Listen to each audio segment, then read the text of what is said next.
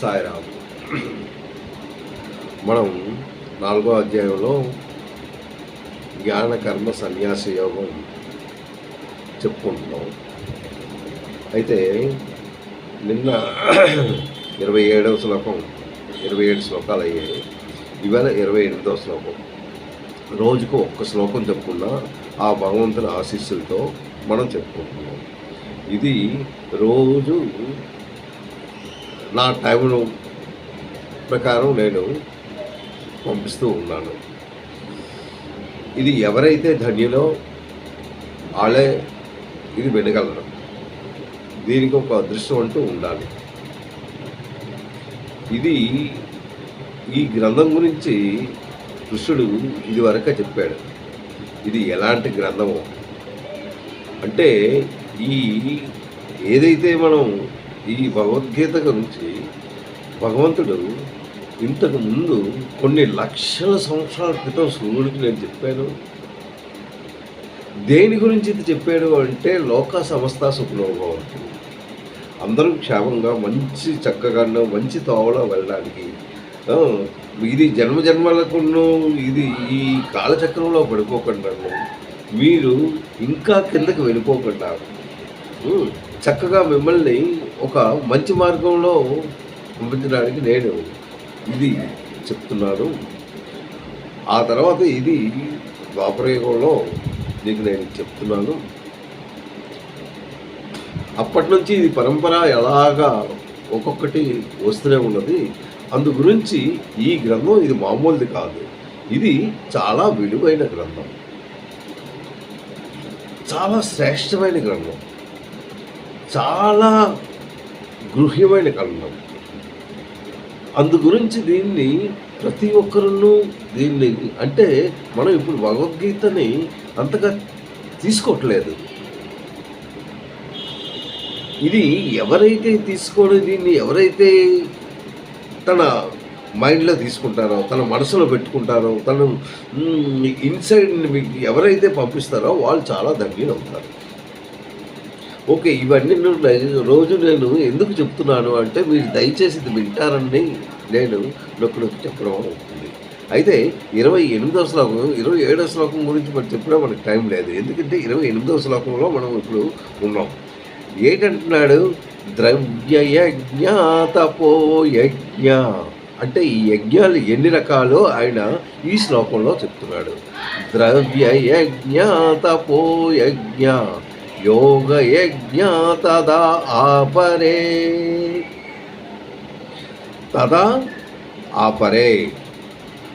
ఆపరే అంటే కొందరు ఈ యజ్ఞాలు ఎలా చేస్తారో ఈ శ్లోకంలో ఆయన ఒక్కొక్కటి విధిస్తున్నారు. ద్రవ్యయజ్ఞ తపోయజ్ఞ యోగయజ్ఞ తదా అట్లే ఇవి ఎవరైతే చేస్తున్నారో ఈ యజ్ఞలు ఇవి ఏ రకాలుగా ఉన్నాయో ఆయన వివరిస్తున్నారు. ఆ తర్వాత స్వాధ్యయజ్ఞ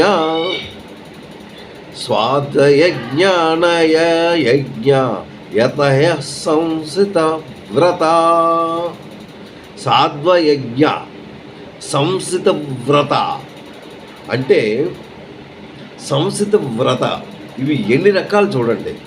ద్రవ్యయజ్ఞం గురించి చెప్తున్నాడు, తపోయజ్ఞం గురించి చెప్తున్నాడు, యోగ యజ్ఞం గురించి చెప్తున్నాడు, స్వాధ్వయజ్ఞం గురించి చెప్తున్నాడు. ఆ తర్వాత సంసిత వ్రత కొన్ని వ్రతాలు కూడా ఉన్నాయి అనేసి ఆయన మనకు బోధిస్తున్నాడు. అయితే ఏంటి ఈ ద్రవ్య సంబంధమైన యజ్ఞాలు? ద్రవ్య యజ్ఞ అంటున్నాడు. ఆ ద్రవ్య యజ్ఞ అంటే ఏంటి? ఆ ద్రవ్య యజ్ఞ మరికొందరు తపోరూప యజ్ఞాలు, యోగరూప యజ్ఞాలు, మరికొందరు అహింసాది తిక్ష వ్రతములు, అది కఠిన వ్రతములు అన్నమాట. రూప యజ్ఞాలు ఇవన్నీ వాళ్ళు ఆచరిస్తూ ఉంటారు. ఇవి ఏ విధంగా ఆచరిస్తారో ఆ విధంగా కొందరు భగవంతుని చేరుకోవడానికి ఎన్నో విధాలుగాను యజ్ఞం చేస్తూ ఉంటారు అనేసి ఈ శ్లోకంలో ఆయన చెప్పాడనమాట. ద్రవ్యయజ్ఞ తపోయజ్ఞ యోగయజ్ఞ తదా అపరే స్వాధ్వయజ్ఞ చ యతయం సంసిత వ్రతాలు కూడా కొందరు చేస్తారు. అనేసి ఇందులో చెప్తున్నాడు అనమాట. ఏంటిది ద్రవ్య యజ్ఞం అంటే ఏంటి, అది మనం తెలుసుకుందాం. ఏంటి ఈ ద్రవ్యయజ్ఞం అంటే ఏంటి, దానికి తగిన యోగ్యులు ఎవరు? ఇది వర్ణాశ్రమ, ఏదైతే వర్ణాశ్రమ అనేది భగవంతుడు సృష్టి అప్పుడు ఈ సృష్టిలో ముందు చెప్పాడు. ఏంటి సృష్టి అవ్వకముందే చెప్పాడు. ఈ ఈ ద్రవ్యయజ్ఞం అంటే ఏంటి అని, అంటే వర్ణాశ్రాలు 4 వర్ణాలుగా దాన్ని వివరించాడు. బ్రహ్మ అంటే బ్రాహ్మణులు, క్షత్రియులు, వైష్ణవులు, శూద్రులు, ఇది 4 వర్ణాలుగా. ఆ వర్ణాన్ని బట్టి ఇంతకు ముందు మన శ్లోకాల్లో అది మనం చదువుకున్నాం. ఈ వర్ణాశ్రమంలో ఎలాగా వాళ్ళు కర్మ చెయ్యాలి అన్నది. అలాగే ఈ వర్ణాశ్రమంలో ఇందులో కూడా చెప్పాడనమాట. ఈ వర్ణ ప్రకారం, నీ ధర్మ ప్రకారము నువ్వు అది చెయ్యాలి. అంటే తమ వర్ణాశ్రమ ధర్మాలను అనుసరించి అది చేస్తూ ఉండాలి. ఇందులో ఆసక్తి అన్నది ఉండకూడదు, ఫలేచ్ఛ అన్నది ఉండకూడదు. ఇవన్నీ చదివించాలి. దాంట్లో మమత, ఆసక్తి, ఫలేచ్ఛ అంటే ఈ 3 దాంట్లో చేరనివ్వకూడదు. చేరకుండా నువ్వు ఆ తపోయజ్ఞం నువ్వు చేయవచ్చు. అది లోక హితము గురించి, లోక సౌఖ్యం గురించి, లోక క్షేమం గురించి నువ్వు ఇవి చేస్తూ ఉండాలి. ఏంటి ఈ దయాలు, ఏంటి ఈ ద్రవ్యములు అంటే ఏంటి? కొందరు తన సంపాదనలో 6వ వంతు దానపరచాలి. అయితే తన సంపాదన ప్రకారం కొందరు ఏం చేస్తారు అంటే, తన సంపాదనలో ఉన్న అన్ని రోడ్లకి ఇరువైపులాడడం, చెట్లు నాటడం, ఆ తర్వాత పెద్ద పెద్ద బావులు త్రవ్వించడం, ఆ తర్వాత పశువులు, పక్షులు వీటిని నీరు తాగడానికి పెద్ద గోతులు తవ్వి చెరువులుగా ఉపయోగించడం, ఇవన్నీ లోక మంచి గురించి, ఇవి ద్రవ్య యజ్ఞం అంటారనమాట.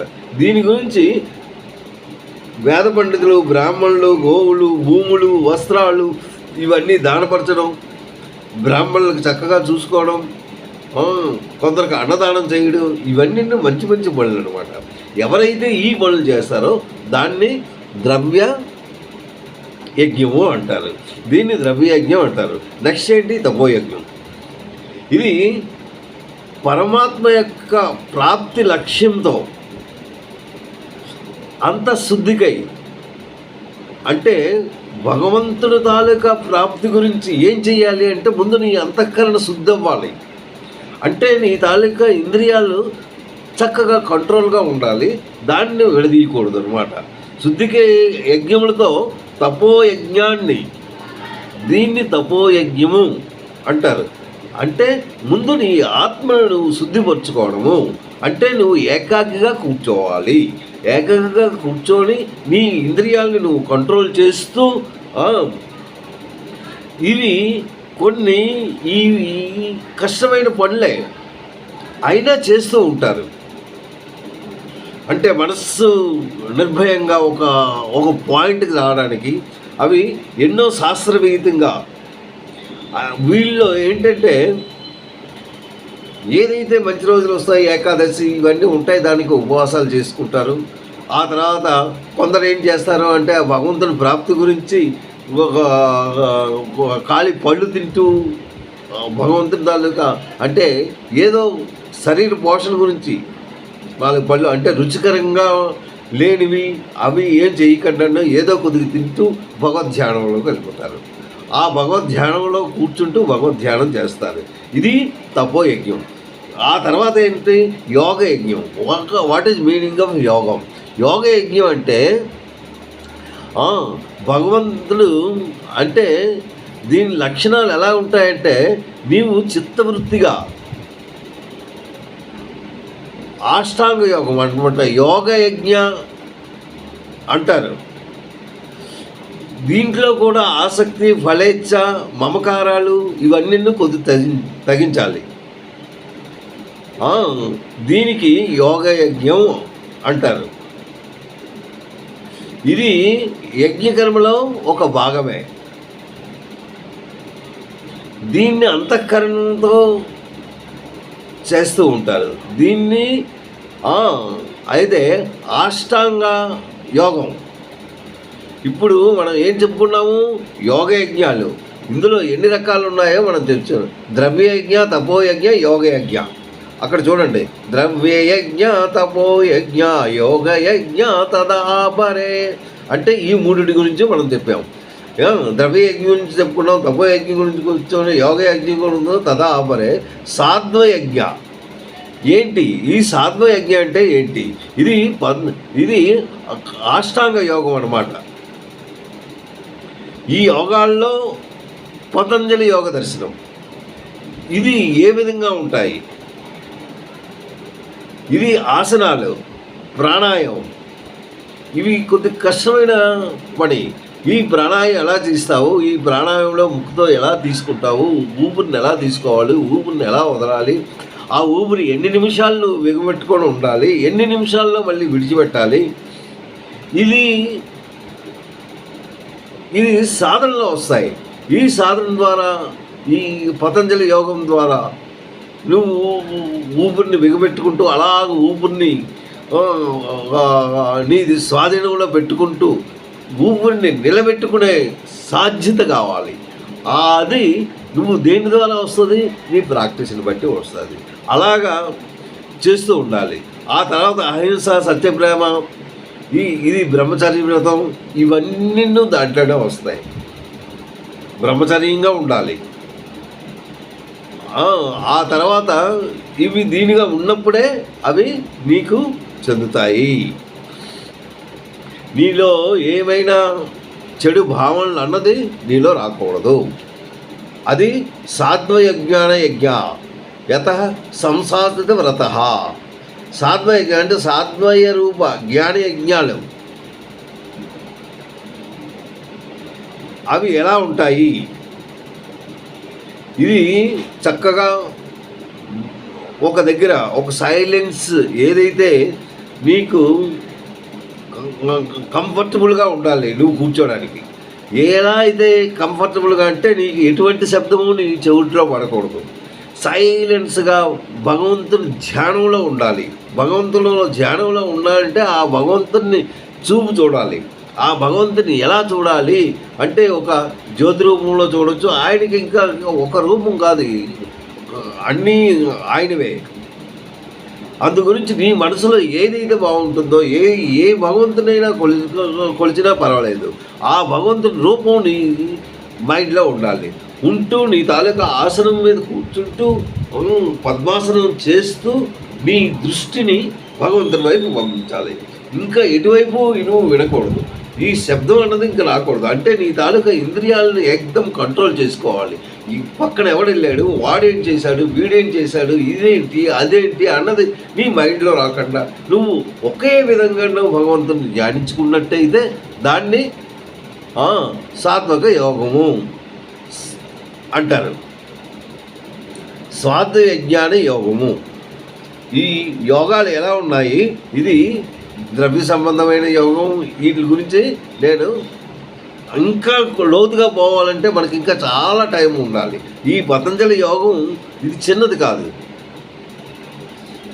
అది ఎన్ని విధాలు ఉన్నాయంటే నీ తాలూకా వెన్నెముకలో ఎన్నైతే ఉన్నాయో ఒక్కొక్కటి దాని తాలూకా దీన్ని బట్టి వాళ్ళు యోగాలు చేస్తూ ఉంటారు. ఆ యోగాలు మనం నేర్చుకోవాలంటే నేను అన్నీ ఒక్కొక్కటి నేను చెప్పగలను.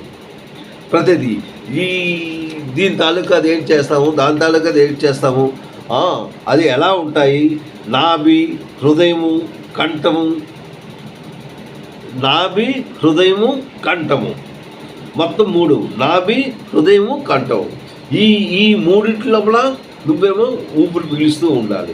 ఈ మూడిటికి ఇది ముక్కుతో, ఈ నాభి ద్వారా అంటే ముక్కు ద్వారా వెళ్ళాలి. ఈ బొడ్డు నుంచి రావాలి. అది ఊపిరి తీసుకున్నప్పుడు లోపలికి వెళ్తూ ఉండాలి. అది చేసినప్పుడు ప్రాణాయామం అన్నమాట. దీన్ని ప్రాణాయామం అంటారు. ఇలాంటి ఆసనాల గురించి ఈ శ్లోకంలో భగవంతుడు చక్కగా వివరించారు. ఇది మనం అలవాటు చేసుకున్నట్టయితే ఏ రూపంలో అయినా భగవంతుని మనం ధ్యానించవచ్చు. ఏ రూపంలో అయినా భగవంతుని ధ్యానిస్తూ భగవంతుని మనం దగ్గరగా వెళ్ళడానికి మనం ప్రయత్నించవచ్చు. అలాగే మనం ప్రయత్నిద్దాం. సాయిరామ్.